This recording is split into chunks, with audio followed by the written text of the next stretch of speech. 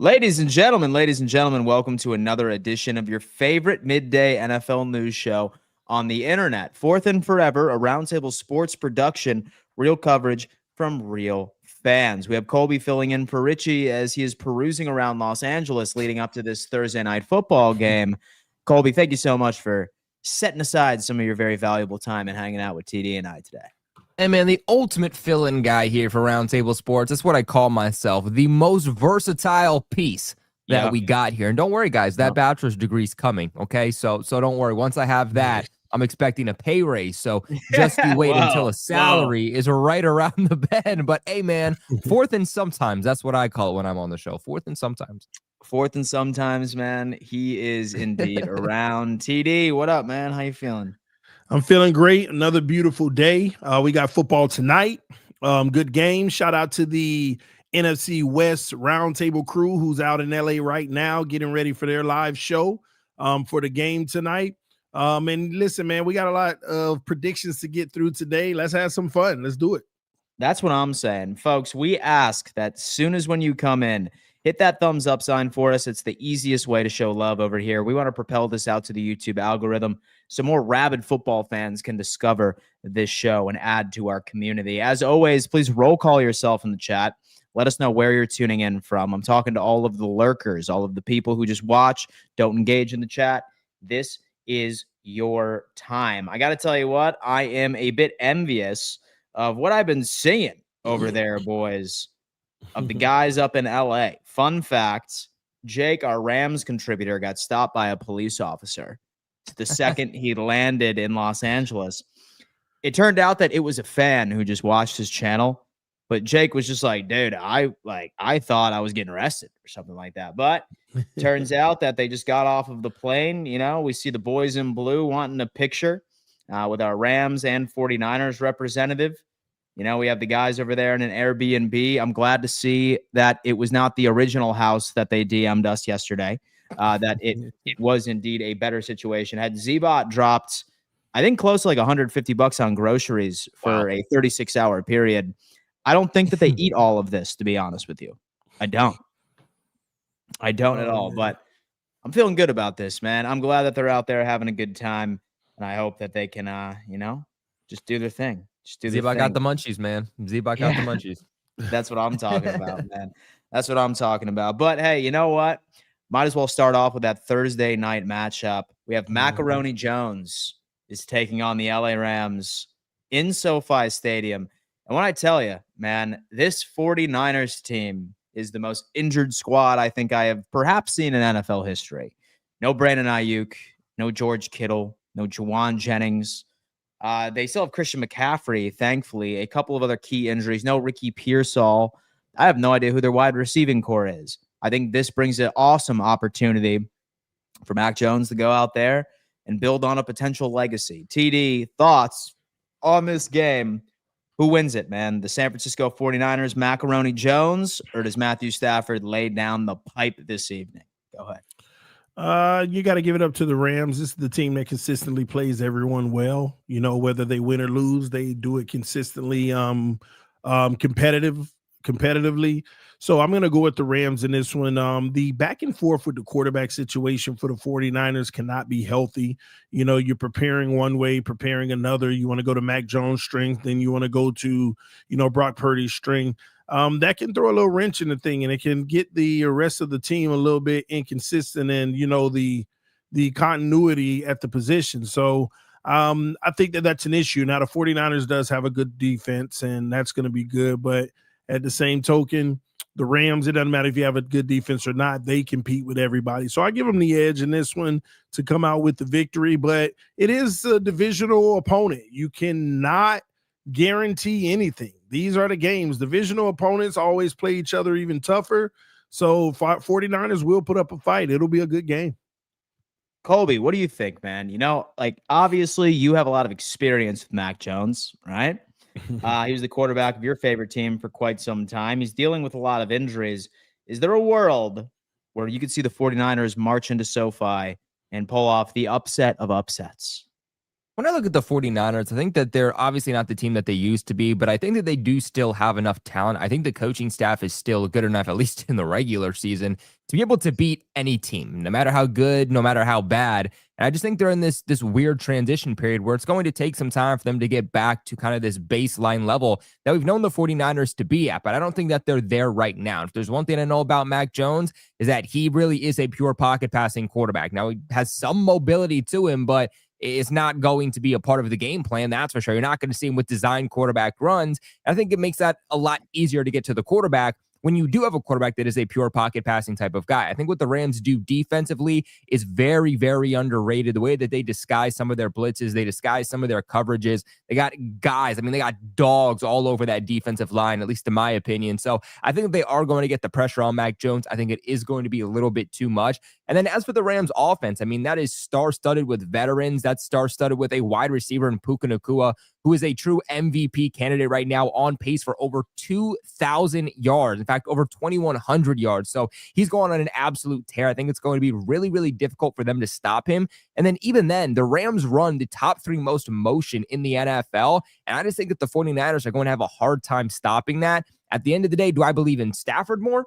Or do I believe in Mac Jones more? I don't think I need to explain that one. I'm going with the Rams.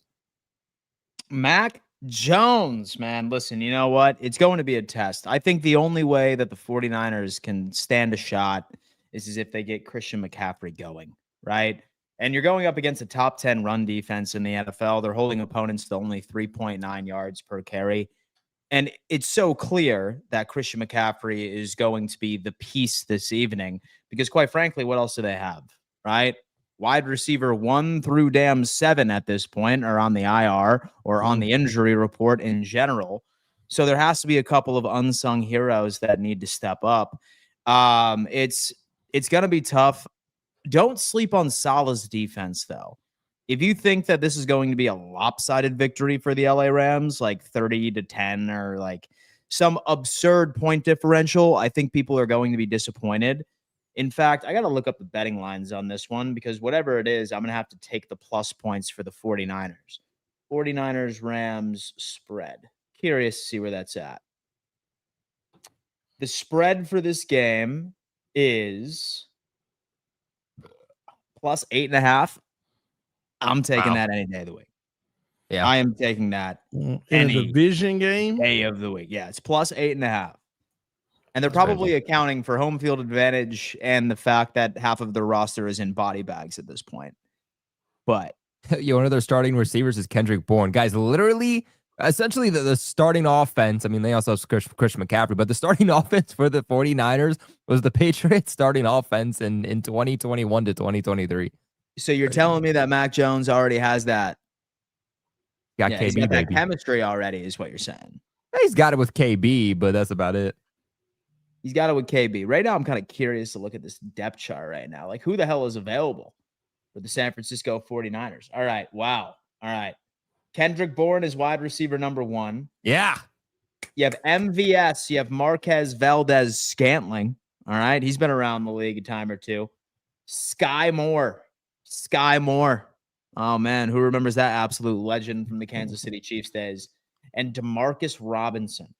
Followed by Ayuk, you have Jordan Watkins, Trent Taylor, Jacob Cowing, all on the IR or out. You have Ricky Pearsall out and Juwan Jennings out, dude. Kyle Shanahan, right? Just can't catch a damn break. Here's a question.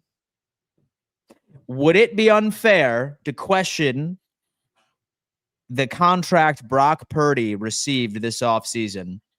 Mac Jones goes out there and dominates. Not even wins.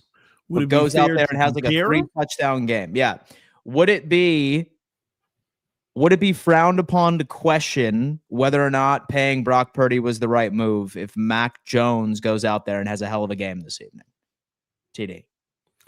I guess it's not going to be fair to compare. But you know me, I have a bigger issue with the NFL on this.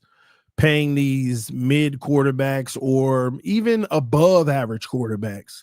I wouldn't even pay a good quarterback this kind of money. The money that these guys are getting should be reserved for the elite quarterbacks, but it's not. they're making more than the elite quarterbacks because they want to, put it in the face of it's the market. It's the craziest thing ever to me, but you know what? That's what teams are doing. So who am I?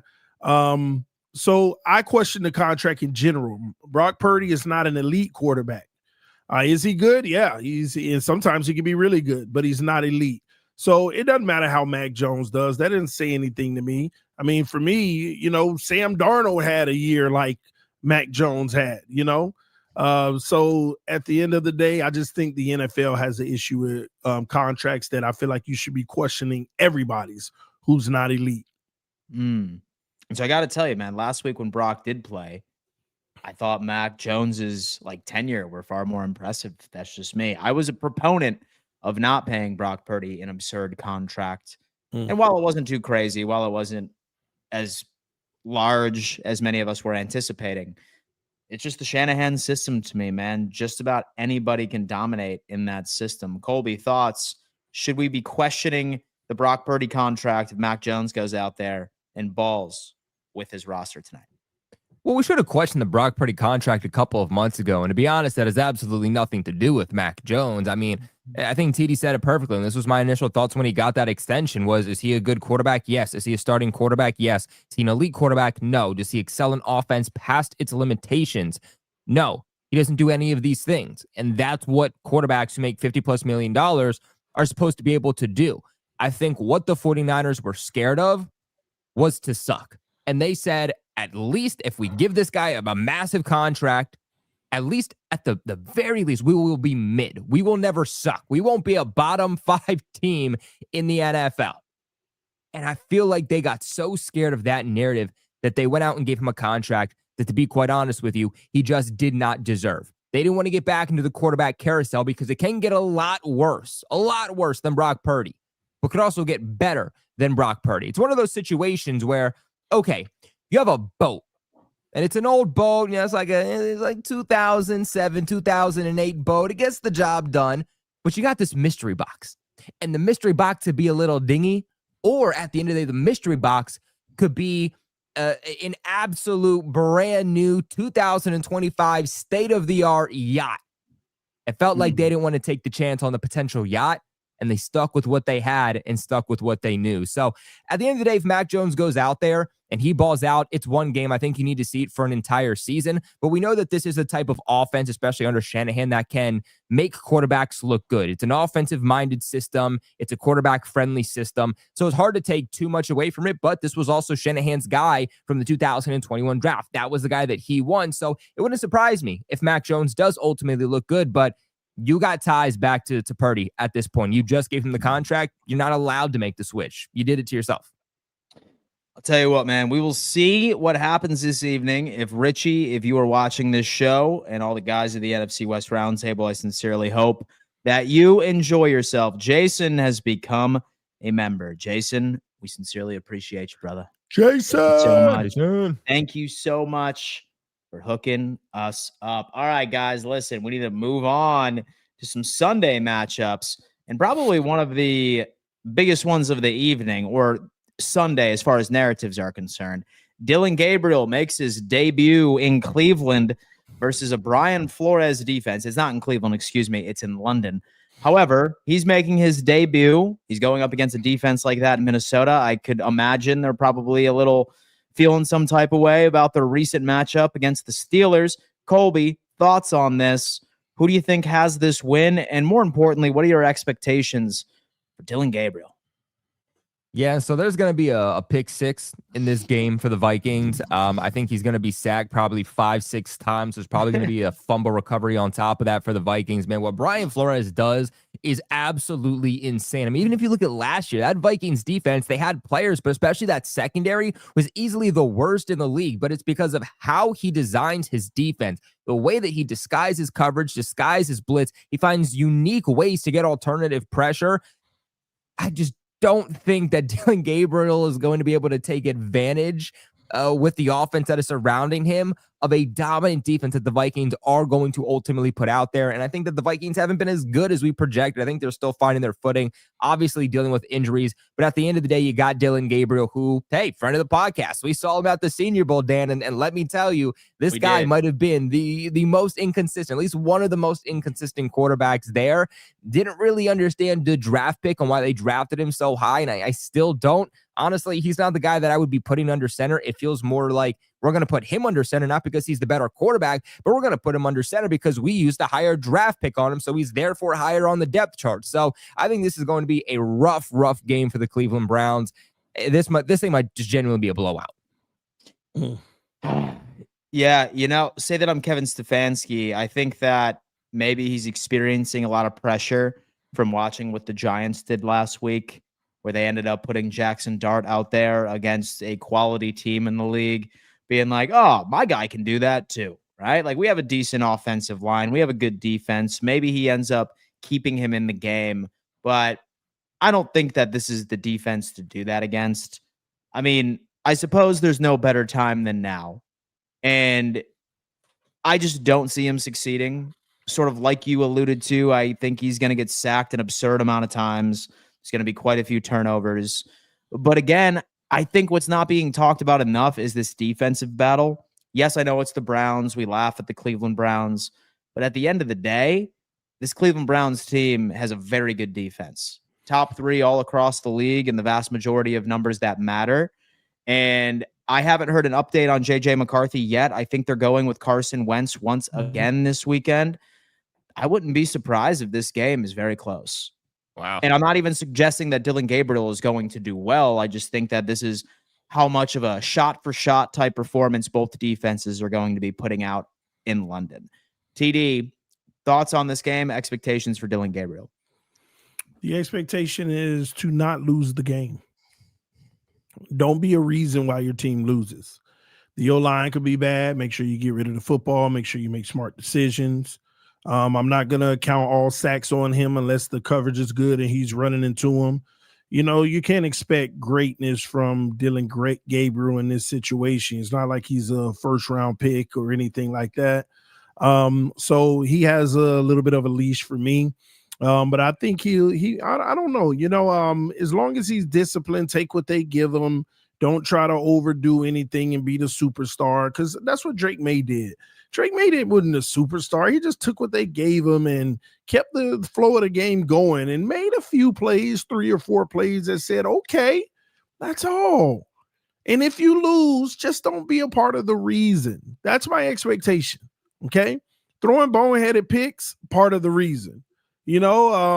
Not stepping up in the pocket when the air just collapsing. Hey, that's part of the reason. Just making bad reads, that's part of the reason. Just don't do that. Nobody's asked you to be Mahomes, Lamar, Josh, or Hurts. Make sure I add him. Nobody asked you to be these guys out there on the field. So I don't know. It's something about it. I think he might be okay, though, as long as, that coaching staff keeps him within those parameters and not require him to do a lot. Hand the ball off and let him take his shots on third down where necessary and get him warmed up. Do not set the kid up for failure. That's how I feel about it. But hey, it's your job to lose. You're next up. Go out there and earn it and hush all the noise about Shedeur. You have that opportunity. It's your job to lose. If you do that, matter of fact, this is what you need to do. You need to go out there and make them trade Shedeur Sanders within the next couple of weeks. You need to go out there and play at a level that says, okay, it's time to trade Shedeur. It's that simple. If you don't do that, he's going to always be in your ear because the fans are going to make you feel bad. If you don't go out there and perform, you will hear Shedeur chants in this game. Like, if you get a classic Flores game and he's looking bad, it's just not. Where are they? Are they in Cleveland? And they're in London.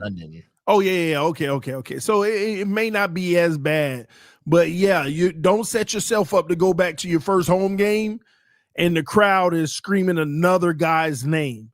Hush the crowd. You have the ability to do it. You got to do it. If you don't, then all this controversy is justified, So you are the man that gets to shut everything up and become the man. Go do it.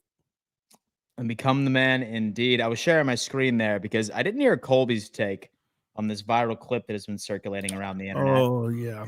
Where we saw Shedeur Sanders mime an interview, right? He was moving his mouth. No sound was coming out. I think this was clearly a troll. And this was his response to being a third string quarterback once again, after, of course, Dylan ended up getting the nod for QB1. Thoughts on this, Colby? I think this is a response to Rex Ryan saying, just shut up. Yeah. I believe so. I saw that as well. I'm curious to hear what Colby has to say, though. I can't believe I'd ever say this, but I kind of also do agree with Rex Ryan to where it's like, dude, like, shut up. This is why you didn't get drafted earlier on. There were reasons why, and the reasons why Shedeur fell, and this is obviously a much bigger topic, but it was ultimately because of those off-the-field issues. It was because he was getting in the way of himself.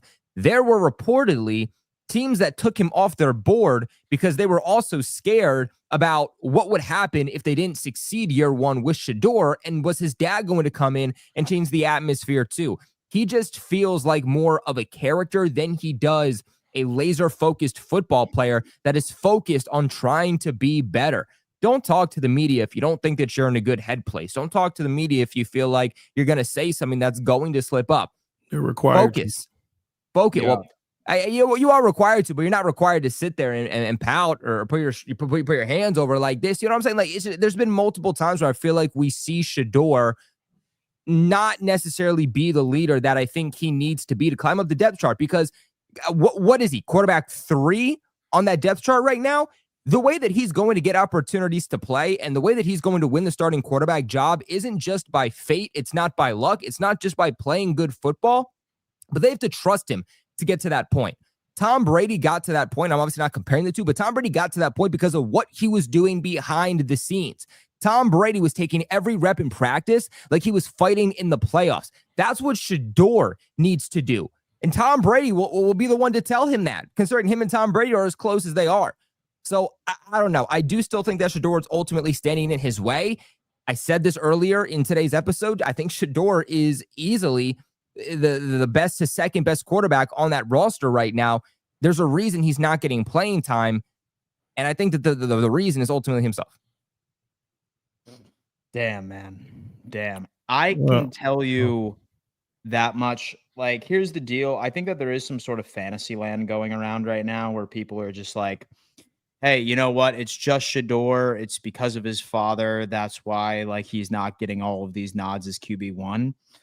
It's a tale as close to time. You know what I mean? Like, we saw a quarterback about 10 years ago that had attitude problems, and we saw him fall significantly in the draft, not picked up until the Cleveland Browns decided to pull the trigger.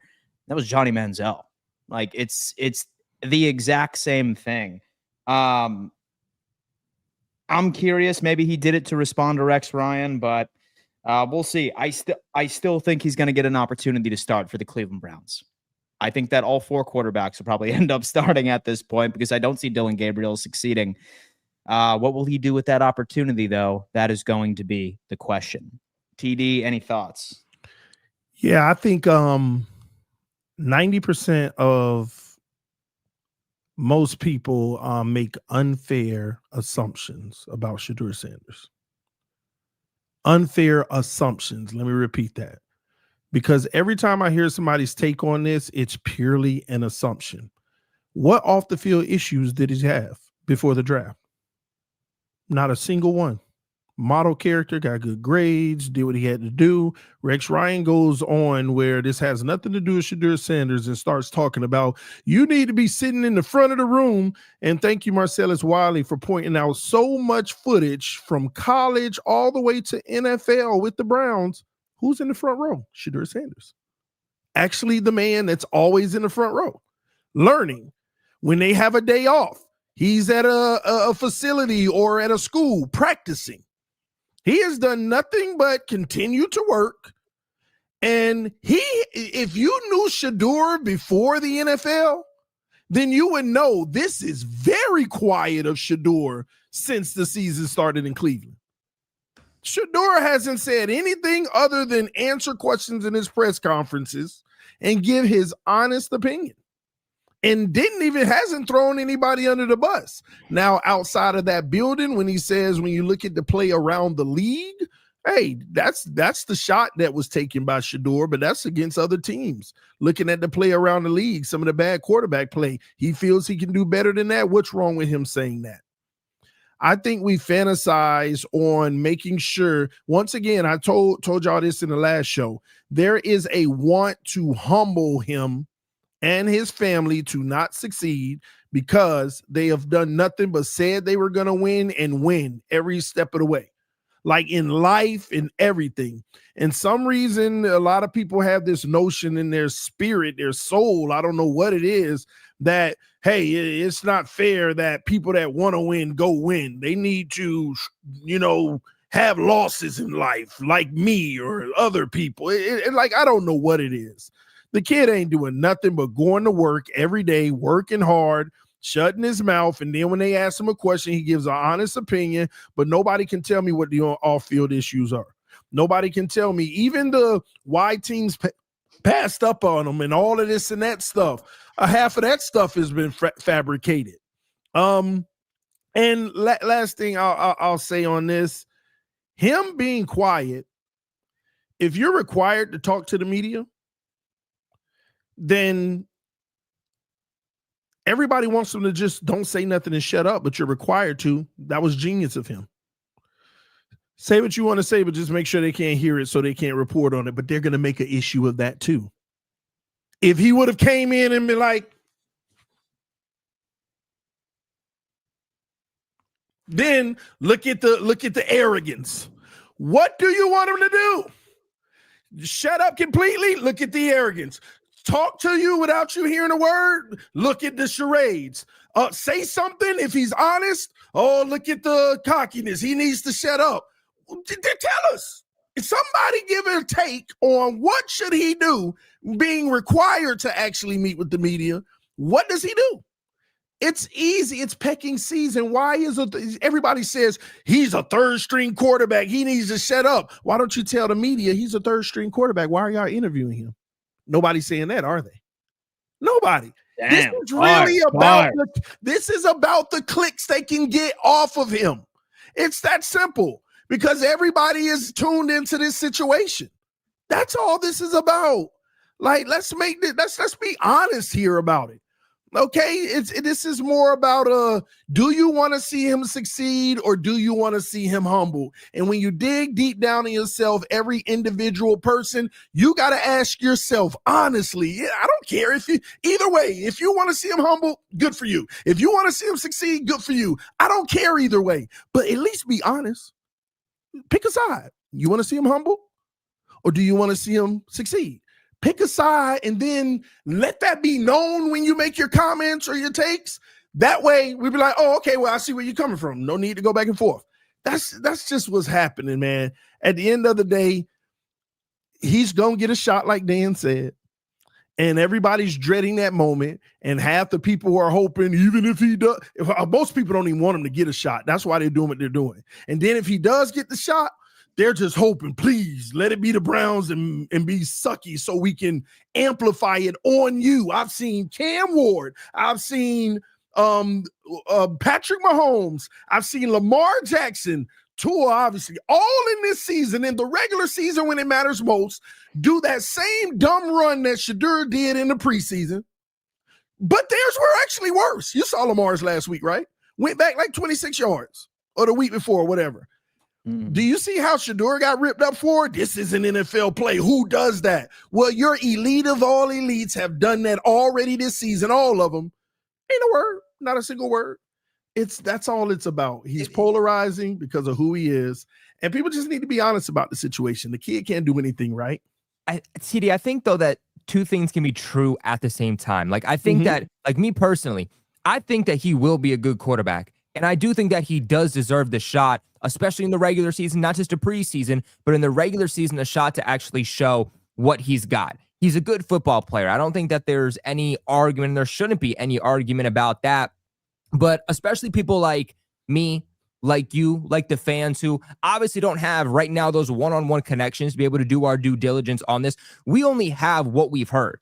And during this process, even before the draft process, even before he came into the NFL, there were a lot of reported concerns. I mean, some teams described him coming off as entitled or arrogant. There were claims that there were claims that he gave what was considered a very poor formal interview to at least one team. And then also there were reports saying that he underestimated and not fully respected certain parts of the draft process, which we did hear come out during the time at the combine. And again, allegedly, for sure. But at the end of the day, that's something that we can't prove. That's just something that we supposedly heard. But at the end of the day, at the end of the day, too, though, it goes both ways. You know what I'm saying? We can say, well, how do we know that that's not true? Well, how do we know that it is? Well, how about this, Kobe? They just confirmed. Let's say it's true. They just confirmed 3 of the top teams called him and said, we want to draft you. And he said, and he, out of respect, which they flipped this story too, well, to be honest, I want to play. I really don't want to be behind Lamar. Oh, well, he would have been playing right now. But let's just be honest. If I feel like I'm that guy and I'm that dude, you think I want to go sit behind Josh Allen? I want to go to a team where I can maybe lift the franchise and get an opportunity to play. It's the NFL, though. You don't get to choose. That's the problem. You don't get to choose where you go. If you're coming into the league as a young player, your branding has to be the way that it's meant to happen. If a team's going to use a draft pick on you, you better come in and say, I'm going to take every damn rep in practice like I'm the starting quarterback. And Josh Allen, I'm coming for that damn job. Kobe, with all due respect, this is the NFL and it's a business. There ain't no job you can take. Unless Josh Allen has a career-ending injury, there ain't no job to take in Buffalo. Unless Lamar Jackson has a career-ending injury, there ain't no and I get it. Well, you do it anyway. Yeah, but if you're going to call me and ask me how I feel about it, because based off of what we're hearing from the Ravens, they called and said, hey, is that something you would be willing to do? He can't be honest. He'd be like, I'm going to be honest with you. That's Lamar's job. I want to play. I want to be the face of a franchise. Beggars can't be choosers, but what's wrong with him saying that? There's nothing wrong with him saying it, but at the end of the day, it's one of those situations where if a team ultimately does elect to pick you, the narrative around it shouldn't be, I'm refusing to go there, because that's something else we heard. Did he refuse to go to Cleveland? To go to places. Did he refuse to go to Cleveland? The worst team in the league? But why would he refuse to go to Cleveland, a place where they didn't really have a starting quarterback, and he easily could have taken that job? Thank you. That's why he's there doing what he has to do. But what my point is, though, is that even if it was a team like the Ravens or even if it was a team like the Bills, the mindset shouldn't have been, I'm not going there because I can't get the starting job immediately. It should be, I'm in the NFL, and what's meant to happen is ultimately going to happen. But do we have the same energy for Eli Manning? What do you mean? Eli Manning basically choose where he wanted to go. Oh, yeah, I didn't agree with that.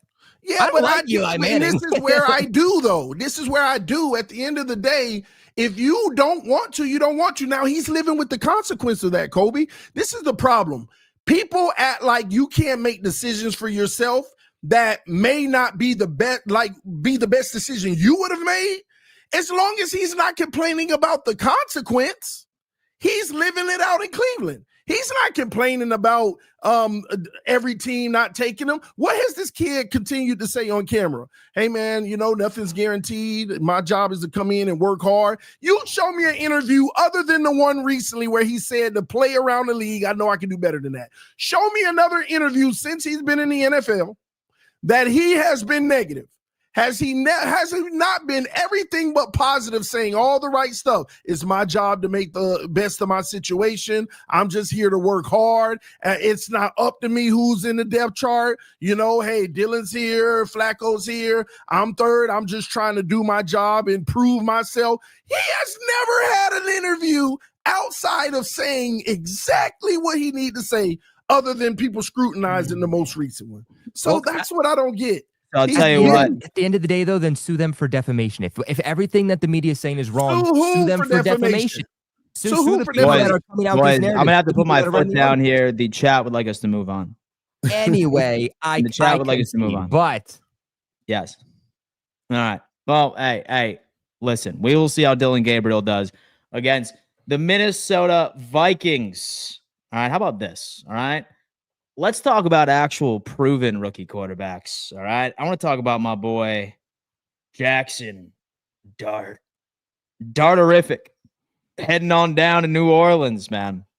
And look, All right. You can say what you want about New Orleans, but they have been playing a lot of their games close this year so far, with the exception of the Seattle Seahawks game. However, Dart has a great opportunity. Many were saying that starting him against the Chargers was a mistake. They were going to ruin the young man, but now they end up going up against the New Orleans Saints, where a lot of people thought this should have been his first start, but now he's going in as 1-0 as a starter. TD, thoughts on this? Who do you got winning this game? Expectations for Dart going in to game 2? Giants roll. They pick up from where they left off with the momentum. They got a leader in the locker room. You saw what Jackson Dart did in that interview you showed us. That's how you set the tone.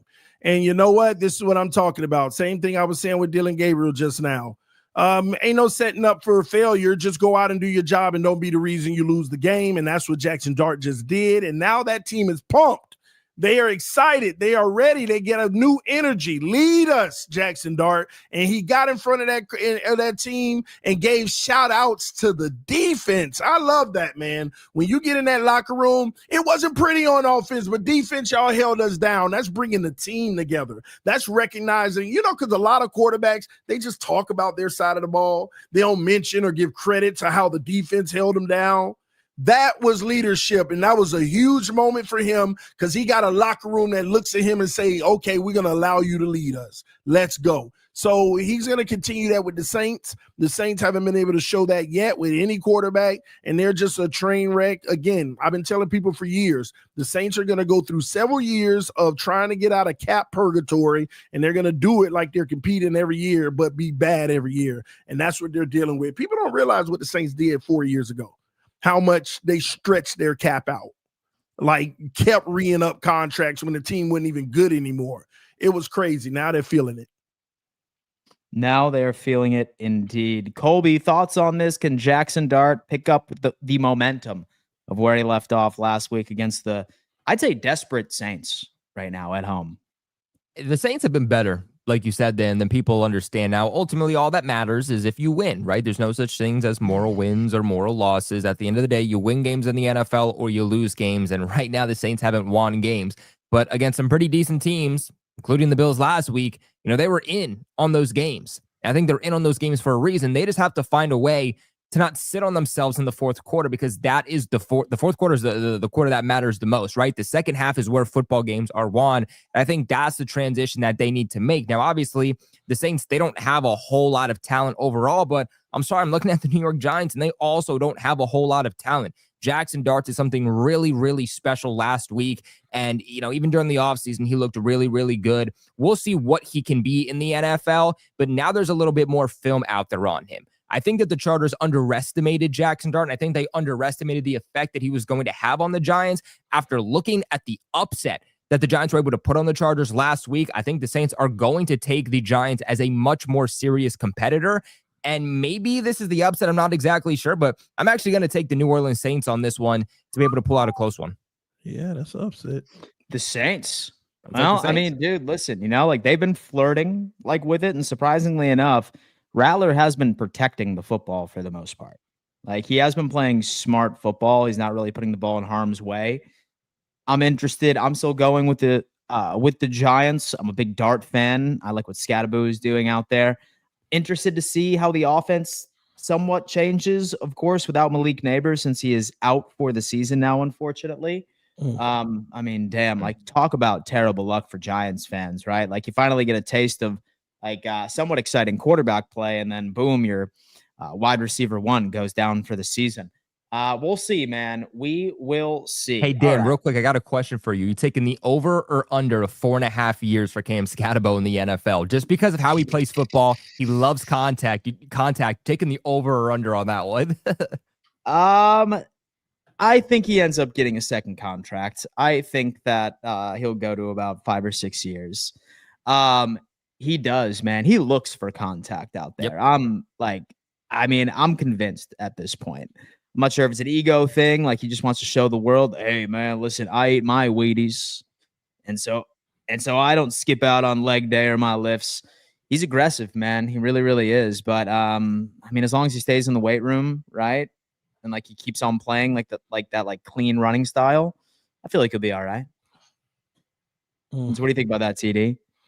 Scattaboo loves contact. Is his career long in the NFL, or you don't think so? It's not long, but he'll pass that mark that you're talking about. It reminds me of Jay Ajayi, who I think he blew his knee out or something, but he was a violent runner. So those guys, they have spark early on because of how violent they are, but it doesn't last long. You're just putting yourself at risk. It doesn't last long, indeed. We have a Patreon caller backstage.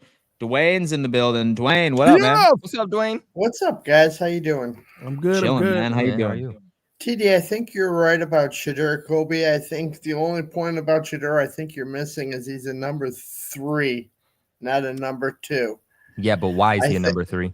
The point being is, if you think you're good, you want to be a number 2 quarterback, hoping when that time comes, you are in, and he's not in that position.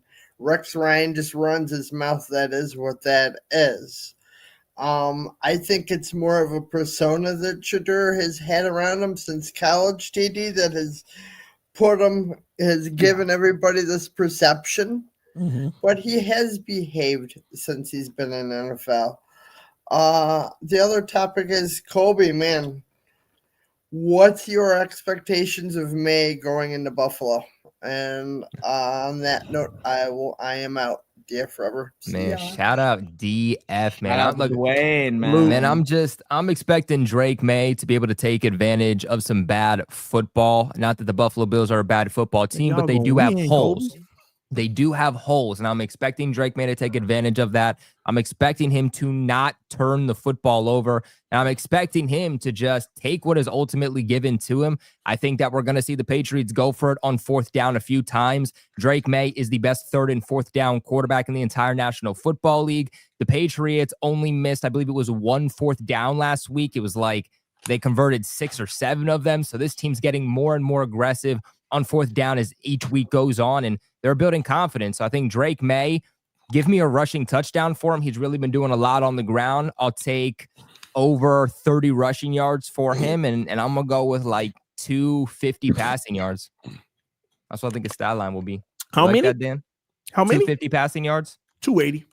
3 touchdowns. 3 touchdowns. Wow. I say over 30 rushing yards on the ground, a rushing touchdown, 250 in the air. 280. 60 rushing yards, 2 touchdowns in the air, 1 on the ground, MVP level, best quarterback in the game. Did you guys know that Drake May's on pace for 12 total turnovers? So fumbling, interceptions, 12 total turnovers, and like 34 overall touchdowns. He might even clean it up. Stat line. Good old Drake. Good old Drake May, man. We'll see what's going on, man. It's going to be a hell of a game. We previewed all the AFC East games on the AFC's Roundtable last night, folks. Highly recommend you go check that out. And then I'm sure TD tomorrow with his solo episode is going to be previewing a lot of the games that we can't have an opportunity of getting to today. All right? Let's talk about, the Cinderella story of the NFL so far, the Indianapolis Colts and the Las Vegas Raiders. All right? They are going into town. Daniel Jones and the Indianapolis Colts were one of the most egregious fumbles I've ever seen at the goal line in my life, away from potentially making that game last week another win for them. But unfortunately, they fell to 3-1. The Raiders are coming in struggling.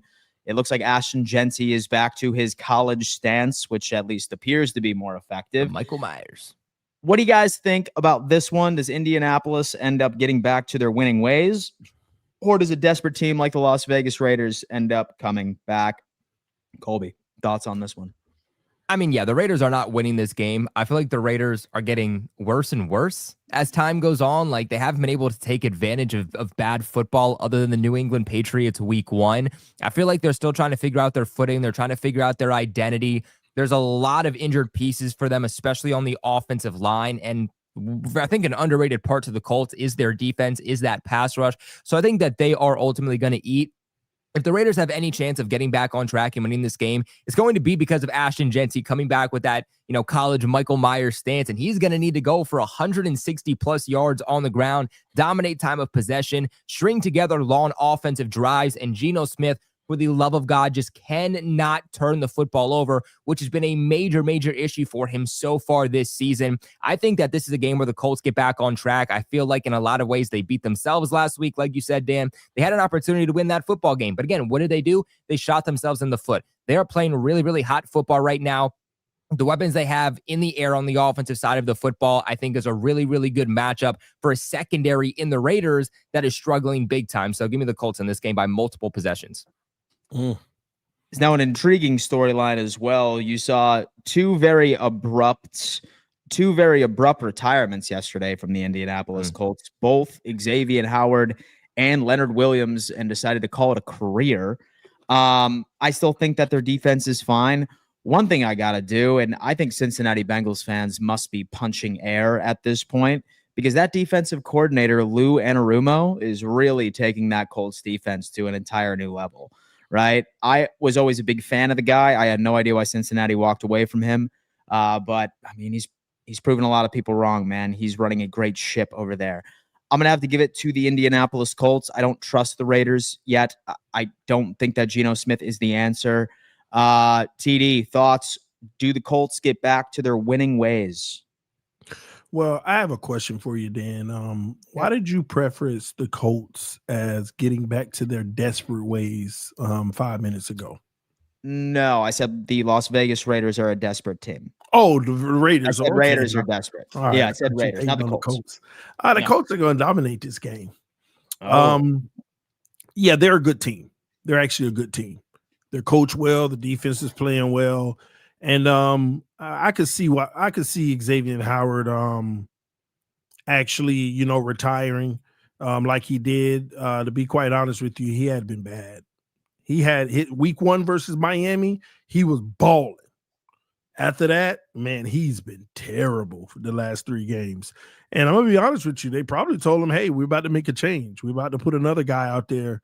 And you back him up and you're like, you know what? Let me go and retire. Let me go and retire on a high. I had a good career. And he cited his family, his kids. That's more important. Yeah.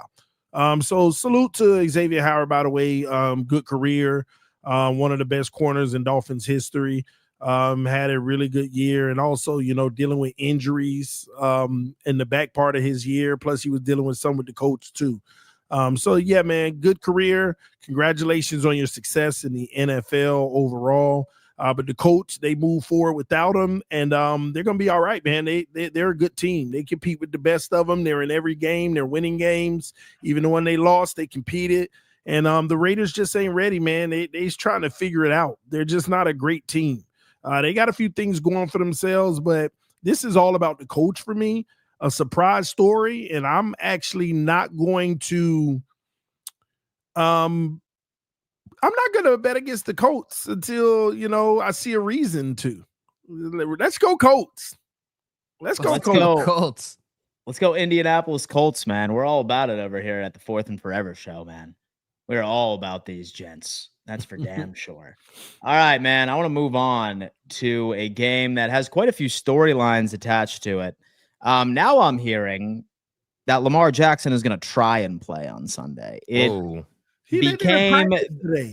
was a 2 to 3 week thing. He didn't practice 2 days in a row. If I'm a gambling man, I have a feeling that it's going to be Cooper Rush. They are welcoming the Houston Texans in to Baltimore. And you know what? So you want to hear one of the craziest statistics I've heard in my entire life? What's that? When the Baltimore Ravens run the ball on 1st and 2nd down, right? They are like 4th in the NFL for rushing EPA. But they are dead last in the league for 1st and 2nd down rushing attempts. Last in the league. Themselves. So who need to be slapped in that organization? That tells you that this is a coaching issue right here, ladies and gentlemen. I have no idea if you are putting up metrics like that on rush attempts on 1st and 2nd down, and you are dead last in the league for overall attempts. I have no idea what is going on with the team. A big narrative is that this Baltimore Ravens team is broken, right? I think more than likely you're going to be seeing Cooper Rush out there. You have Matabuke is out for a considerable amount of time. Have a lot of players still on the injury report.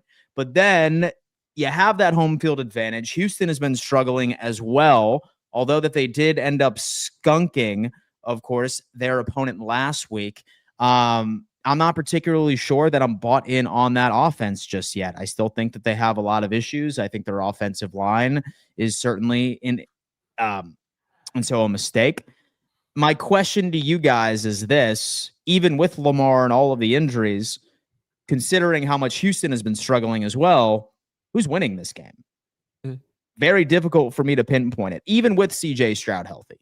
Colby, thoughts on this? Baltimore Ravens and the Houston Texans. As crazy as this might sound, I think if Lamar plays, it actually gives them a worse chance at winning the game because he's not going to be the same. He's going to drop back, and his drop backs are going to be off. His mechanics are going to be screwed. The way that ball is going to come out because of it is going to be wonky. He's going to be worried about getting tackled 24/7. Like, it's just a recipe for disaster. On top of that, major risk of long-term injury. Next thing you know, he's getting sacked to the ground, leg bends the wrong way. Now he's aggravating it even more. Now he's out for the entire season. It just feels absolutely premature and absolutely stupid for him to even try to play in this game. I think you try to trust your defense. You try to trust Cooper Rush to string together a couple of wins until you're good enough to come back, and then you play long-term down the season, because at the end of the day, week 5 in and of itself does not matter. And I know that the Ravens haven't been good enough to start the season, but let me tell you, if you are forcing yourself to play week 5 and you aggravate it and now you're out for the season, guess what? Now you've completely screwed your team, versus if you're out for 2, even 3 weeks, your team still has a chance to make the postseason if you can come back and play at a top tier level. But I look at the Houston Texans. That O-line for CJ Stroud is absolutely horrific. That wide receiver core is certainly still figuring things out, as they are also still feels like trying to come back from some of their respective injuries. But that defense is legit. That defensive line is legit. That pass rush is legit. And at the end of the day, whether it's Lamar Jackson, whether it's Cooper Rush, I think that they are going to get to the quarterback. And that Ravens defense in and of itself has a lot of talent. It does feel star-studded. We projected it to be top 10, even top 5. They've not performed up to expectations. They're one of the worst defenses in the NFL. So at the end of the day, I just think that CJ Stroud and the Texans, they're going to have opportunities to put points up on the board. And I just think that pass rush is going to get to Cooper Rush. And I think that the Texans are going to get a good win here. The Texans are going to get a good win here. TD, what do you got for me, man? Finally, the coaches for the Baltimore Ravens do something correct. Okay. Lamar Jackson ain't playing. Lamar Jackson is not playing. This is an opportunity to give the illusion that, you know what, he might go give it a try. Why? So Houston can be at practice all week, sitting there preparing for the spy, and will never need one. They just trying to make sure Houston get as least reps as possible in a different base against Cooper Rush. They want them to prepare for Lamar and get a little switch up, which might help. So that's all this is about. I doubt he play. Now, if he go out there and play, I'd be shocked. And but let me say this: play or not, the Ravens gonna win this game. They're at home, crowd gonna be behind them. They're gonna play inspired football.